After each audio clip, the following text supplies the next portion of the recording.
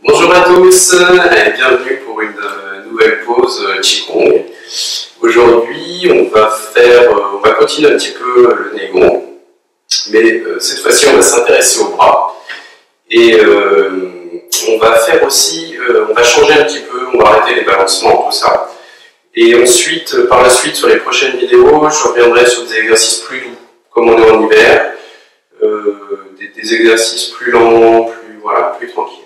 Et puis aujourd'hui, je vous montrerai à la fin quand même l'exercice dont je vous ai parlé la dernière fois. C'est parti! On va commencer en se mettant... non, je change. On va commencer comme ceci. Pieds joints, les mains sur les hanches. Et on va pousser comme ça les hanches sur les côtés, vers l'arrière et vers l'avant. Alors, dans cet exercice, je garde le sommet du crâne fixe. Vous voyez, je n'ai pas la tête qui tourne comme cela. J'imagine un fil qui me tire par le sommet du crâne jusqu'au plafond et qui fait que ce point, eh bien, il reste en place, il ne bouge pas.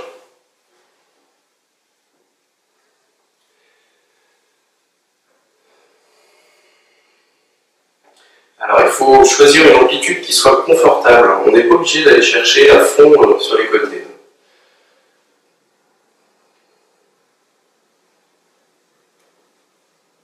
Et bien sûr, j'ai les genoux qui restent légèrement fléchis.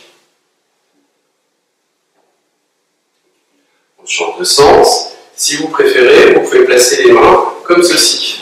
Donc, prenez l'envers.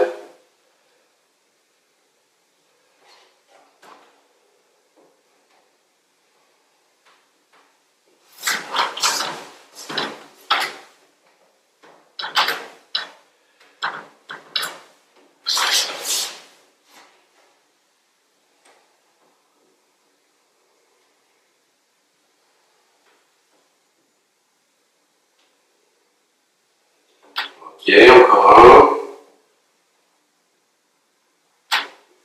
Et on passe à l'exercice suivant, celui que je voulais faire tout à l'heure. Pour le suivant, on garde les pieds joints, on place les mains juste au-dessus des rotules. Donc, le talon des mains, c'est la base d'épaule, que je place juste au-dessus de la rotule. Et ça me permet de fixer les rotules en fait. C'est un point qui renforce le genou. Et là, je vais aller chercher sur les côtés, devant, côté, et je reviens au centre. Donc on y va, on va faire plusieurs cercles dans le même sens.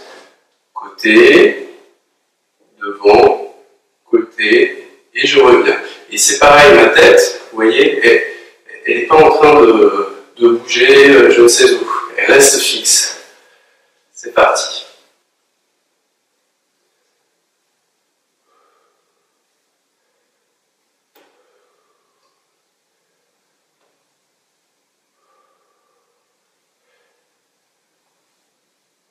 Encore un exercice qui vient stimuler les reins à condition qu'il soit bien fait. C'est-à-dire, ici, je dois ressentir un petit étirement sur le côté du dos. Vous voyez, je pousse les genoux à gauche, et là, ça doit étirer le bas du dos. Et là, de ce côté-ci, ça doit étirer le bas du dos, côté droit.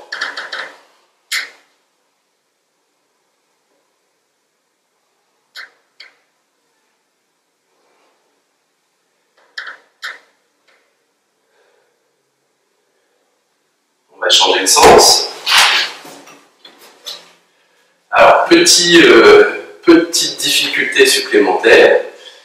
Si vous êtes à l'aise sur cet exercice, voyez, mes genoux, à aucun moment ils ne se décollent.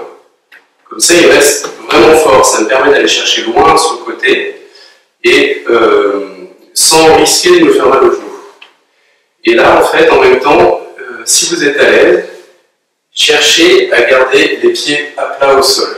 Parce que naturellement, les pieds ont tendance à se soulever. Et là, si vous le pouvez, hein, c'est pas évident au début, vous gardez les coudes plantaires à plat au maximum.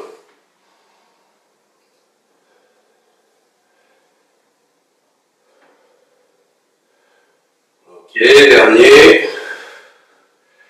On pousse sur les genoux pour se relever. Et ici, bras, pieds écartés, parallèles. On soulève les mains et on fait quelque chose qu'on a déjà vu. On se tourne sur le côté, on relâche les bras, on se tourne de l'autre côté et on soulève. Et là, je vous dis, alors tout de suite, ce qu'il ne faut pas faire, c'est garder les hanches de face et tourner le haut du dos. Par contre, ce qu'il faut faire, c'est pivoter comme si on était sur un axe, du sommet du crâne jusqu'au périnée.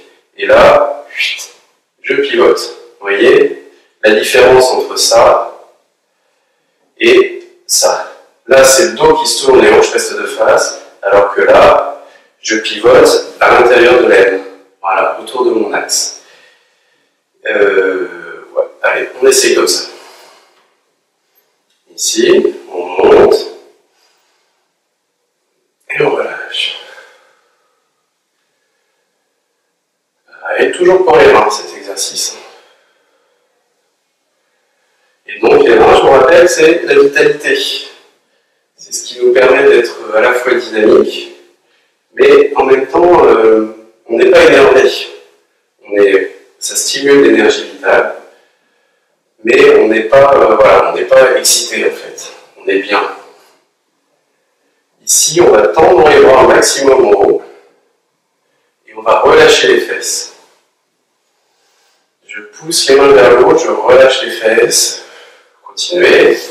Ça donne ça. Je pousse en haut et je laisse tomber mes fesses. Vous voyez, au lieu d'être cambré, je relâche légèrement le bas du dos.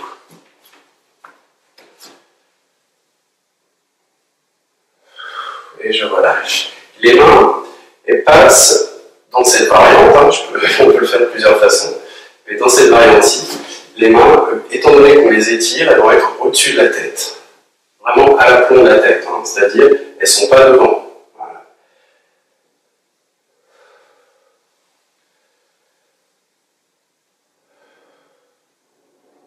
Ok, on change de côté. On s'étire. Encore. On pousse les mains vers le ciel, on relâche les fesses. Et on pivote bien autour de notre axe. Donc c'est tout le corps qui tourne d'un bloc, ce n'est pas la colonne vertébrale qui se dissocie.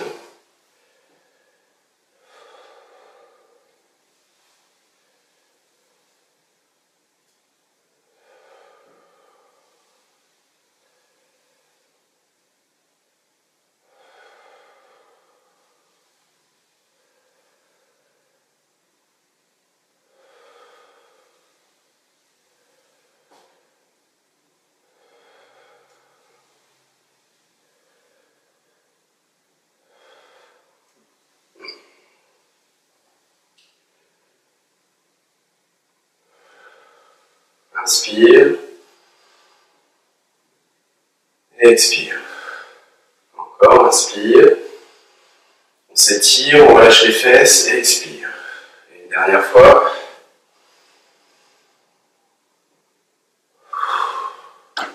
Ok, donc si l'exercice est bien fait, tout le corps va à présent se réchauffer.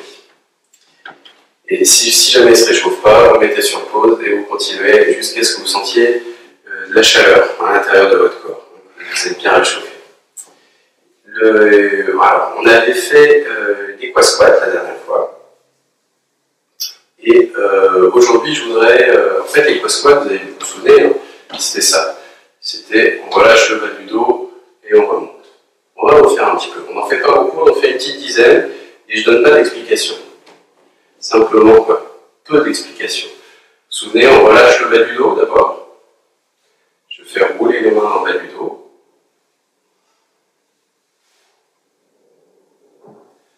Voilà, je crée de l'espace entre mes lombaires. Donc ça entraîne une légère rétroversion du bassin, mais je ne cherche pas la rétroversion. Je ne serre pas les fessiers. Je relâche le bas du dos légèrement.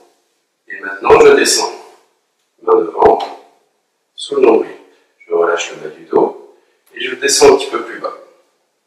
Et je remonte. Relâche. Et je remonte.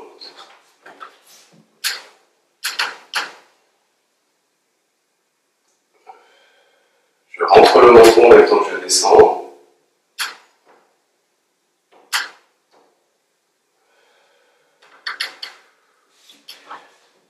poids qui se transfère sur les talons quand je descends. Si vous êtes à l'aise, vous pouvez descendre un peu plus bas.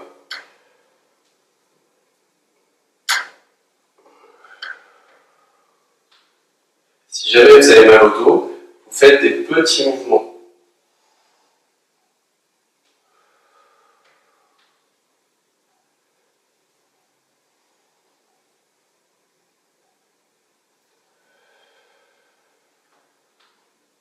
On rentre bien le menton, on laisse les fesses plonger dans le sol, on pousse le sommet du crâne vers le ciel.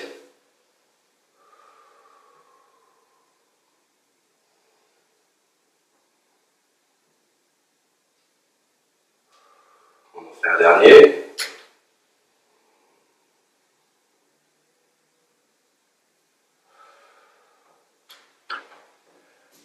Très bien.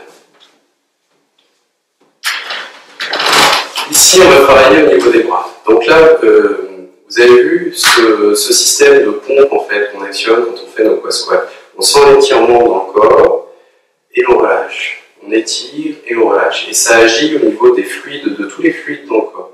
Que ce soit le sang, la lymphe, la synovie au niveau des articulations. Qu'est-ce qu'il peut y avoir d'autre? En fait, tous les échanges de liquide dans le corps sont accélérés par ce genre de mouvement. Et de la même manière qu'on a des poids, ce qu'on peut traduire par le mot pont, c'est un pont, au niveau de l'air, ici, c'est comme s'il y avait un pont là qui rejoignait les jambes, qui les attache au tronc. On a la même chose ici, au niveau de l'épaule. Ce qu'on appelle aussi le nid d'oiseau. Et on va travailler cette zone-là. Et pour ça, sentez vos mains, regardez comment elles sont, donc si elles commencent déjà à être irriguées, pleines de sang ou pas. Et on va faire l'exercice suivant. Ici, on relâche les coudes et on rapproche les mains du corps. On ouvre. On recommence. Maintenant, faites attention, quand mes mains, vous voyez ma main, elle reste à la même hauteur. C'est-à-dire, elle ne descend pas. L'erreur, ça serait de laisser descendre la main le temps qu'on rapproche le coude du corps. Ici, ma main, elle reste à la même hauteur. De cette manière, ça crée des petits étirements à l'intérieur des bras. Comme si on était en train d'étirer des élastiques. Et on relâche. Deuxième chose, quand je me mets de profil, regardez mon coude. Il plonge vers le sol et il reste plongé vers le sol. C'est-à-dire que je ne l'ouvre pas sur le côté. Là, si j'ai les coudes ouverts, j'ai plus du tout le même effet. Et je reste aligné, poignet, coude, épaule. Comme si j'étais dans un couloir, un mur devant, un mur derrière. C'est parti. On en fait une dizaine.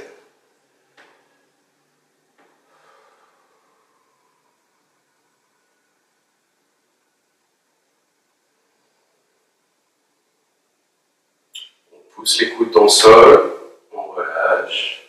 Les coudes restent relâchés et j'ouvre, j'étire. Quand j'étire, je ne vais pas à fond. Si je vais à fond, ce qui se passe, c'est que je vais soulever les épaules. J'exagère un peu, mais ça va donner ça. Je vais soulever les épaules et en plus, mes coudes vont s'ouvrir sur le côté. Donc là, mon extension maximum, pour moi, elle va être ici. Là, ça tire dans mes bras, ça tire dans les doigts, ça commence à me faire un peu mal. Mais en réalité, si je voulais aller plus loin, j'aurais juste à soulever les épaules et attendre les bras. Ok? Donc c'est pas ça.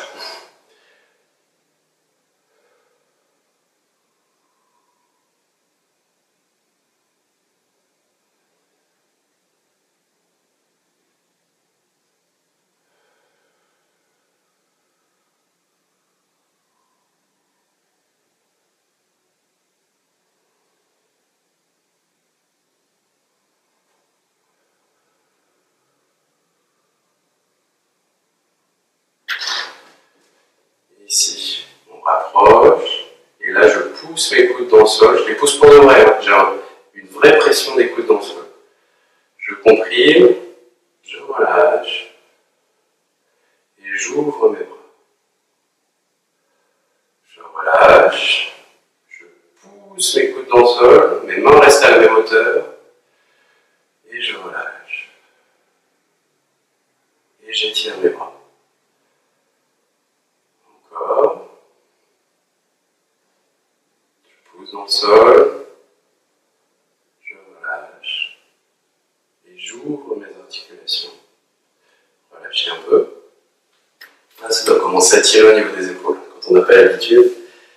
En fait, quand on n'a pas l'habitude, on est trop tendu, on a tendance à lever l'épaule. Du coup, on fatigue très vite. J'en profite pour vous expliquer, quand on ouvre les articulations, en fait, il ne s'agit pas d'étirer, de tendre le bras en contractant les muscles. C'est l'idée de mettre de l'air entre toutes les articulations, comme s'il y avait une bulle d'air qui grossissait et qui repoussait, vous voyez, l'extrémité des articulations, comme si mon avant-bras se séparait de mon bras, comme si mon bras se séparait de mon épaule ici. Pareil au niveau des poignets, pareil au niveau des phalanges. On recommence. On comprime. On relâche. Et on imagine des grosses bulles d'air qui se placent à l'intérieur de nos articulations. On relâche. Et là, on comprime. Comme si toutes nos articulations se collaient les unes aux autres. Comme s'il n'y avait plus d'espace entre elles. C'est exactement l'inverse.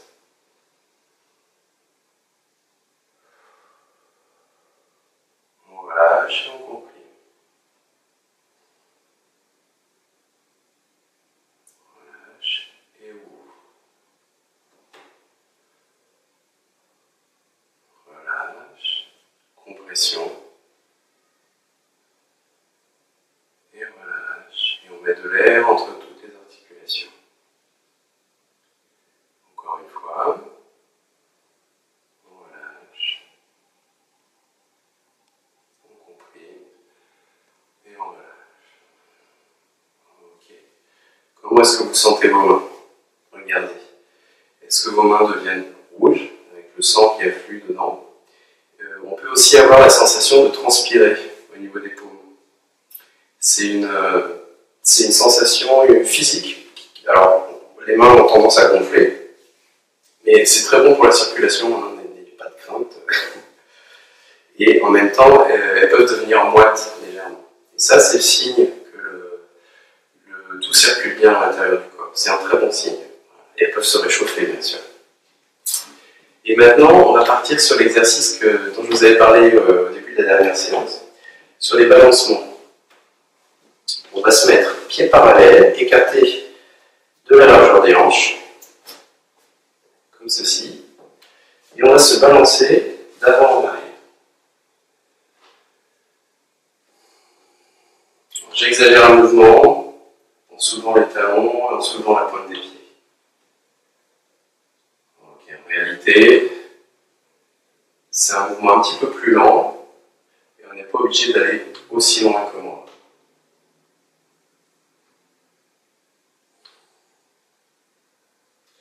Alors, je suis naturel, mais relâché un petit peu. Alors moi, je suis très cambré, donc on peut avoir l'impression que je suis cambré. En réalité, mon dos, il est légèrement relâché. Le menton, pareil, est légèrement rentré.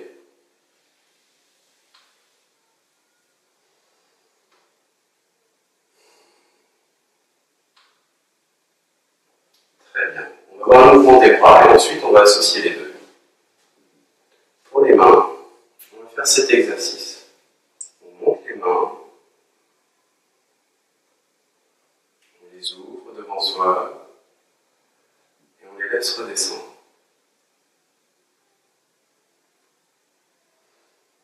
Comme si on faisait des boules de glace, là. On ramène sur les côtés, on monte, on ouvre et on referme.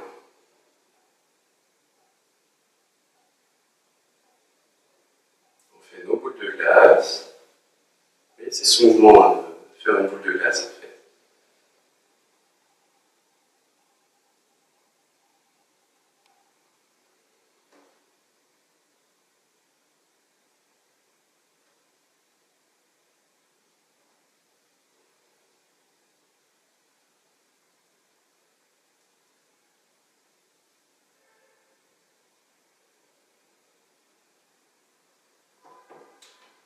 Continuez.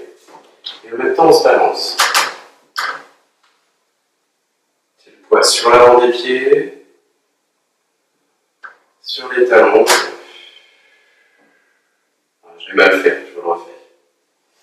Je transfère progressivement le poids au milieu des pieds, avant. Là, je suis sur l'avant de mes pieds. Et mon poids revient au centre et sur les talons. Milieu. Avant.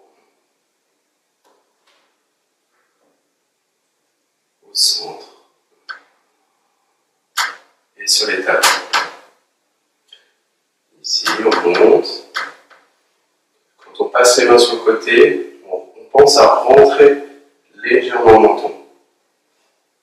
Ça aide à faire circuler l'énergie au niveau du cou.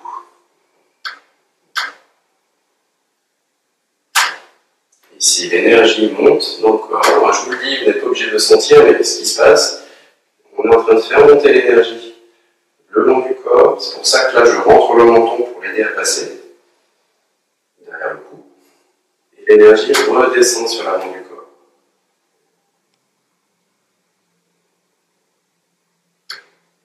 On rentre le menton.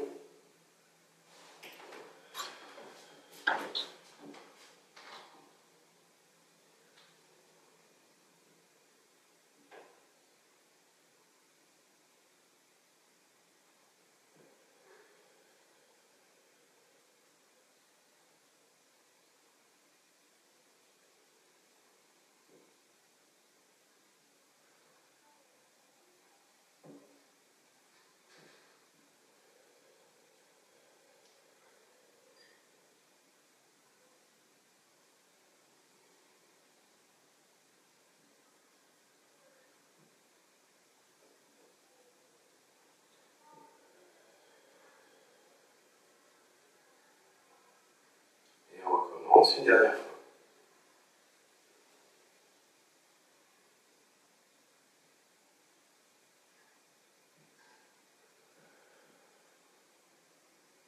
Amène les mains dantiennes.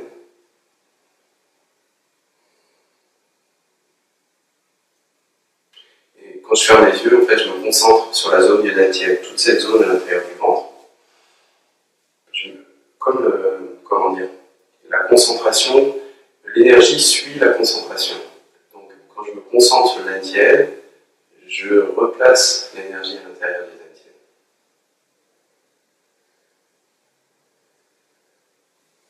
On frotte les mains. On profite de toute cette énergie accumulée. On passe les mains sur les yeux. On masse le cuir chevelu, le cou, la gorge. On passe sous la poitrine, le haut des lombaires, le bas des lombaires. Et on revient sur la dantienne. Encore, on fait encore 2 fois. Les yeux, cuir chevelu,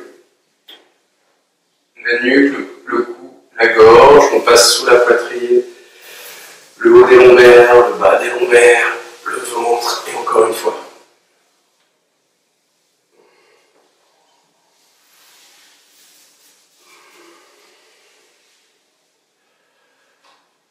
On se concentre sur les dantiennes.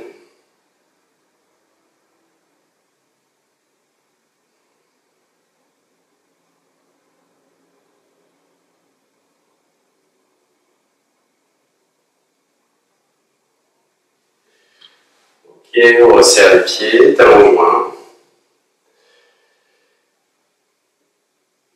Et je vous souhaite une excellente journée. À bientôt.